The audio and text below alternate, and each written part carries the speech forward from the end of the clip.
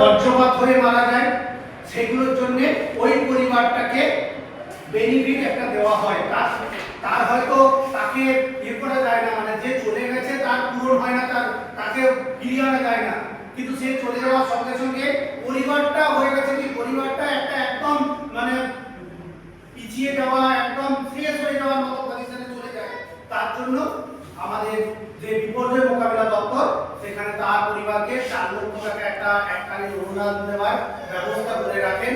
এগুলো মাথায় রাখতে হবে। এই জন্য কি করতে হবে, যদি কারোর বজ্রপাতে মৃত্যু ঘটে যায় তাহলে আপনাদের কমিউনিটি বা পাশাপাশি গ্রামে যদি সেটা শুনতে পান, অবশ্যই তাকে বলতে হবে যে তাকে হসপিটাল নিয়ে যেতে হবে এবং পোস্টমর্টেম করাতে হবে। যদি মৃত্যু ঘটে যায় আর পোস্টমর্টেম করাতে হবে এবং ঠিক সঙ্গে সঙ্গে একই সঙ্গে থানাতে 1073 বলে একটা নাম্বার আছে, সেই নাম্বারে একটা ডায়েরি করাতে হবে, ওই মৃত্যুটা ডায়েরি করাতে হবে।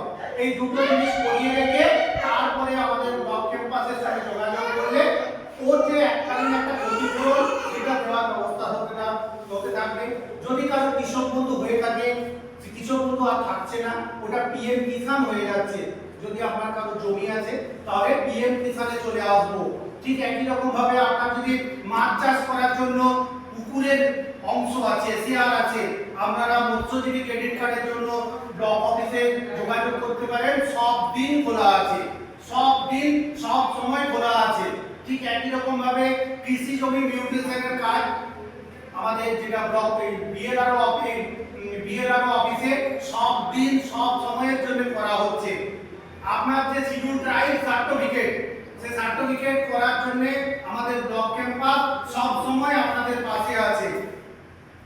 যে কোনো জরুরি ভিত্তিক স্বাস্থ্য পরিষেবার জন্য আপনি আপনার নিকটবর্তী হেলথ সেন্টারে যান, সাব সেন্টারে যান, যেটা এখন বর্তমানে নাম হয়েছে সুস্বাস্থ্য কেন্দ্র। সুস্বাস্থ্য কেন্দ্রে যান, আপনি প্রাথমিক পরিষেবা পাবেন।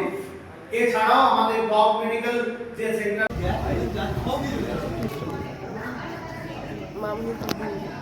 আমি ঘরের জন্য ঘর পাইনি, আমাকে তোমার খুশির জন্য আমাকে ঘর দাও, তোমাকে ভোট দিই। আপনার নাম কি? ছবি তুলি। আচ্ছা, আপনি কিসের জন্য এসেছিলেন এখানে? বাড়ির লেগে ঘর পাইনি। ঘর পাইনি? না, আচ্ছা, সবাইকে ঘর দিয়েছে, আমাদেরকে দেয়নি। আমার ফ্যামিলি কাকু ঘর দেওয়া হয় না, ওই যে বৌদি দিয়েছে। বলো, বলো বলো বলো। আমরা বাবু গরিব মানুষ।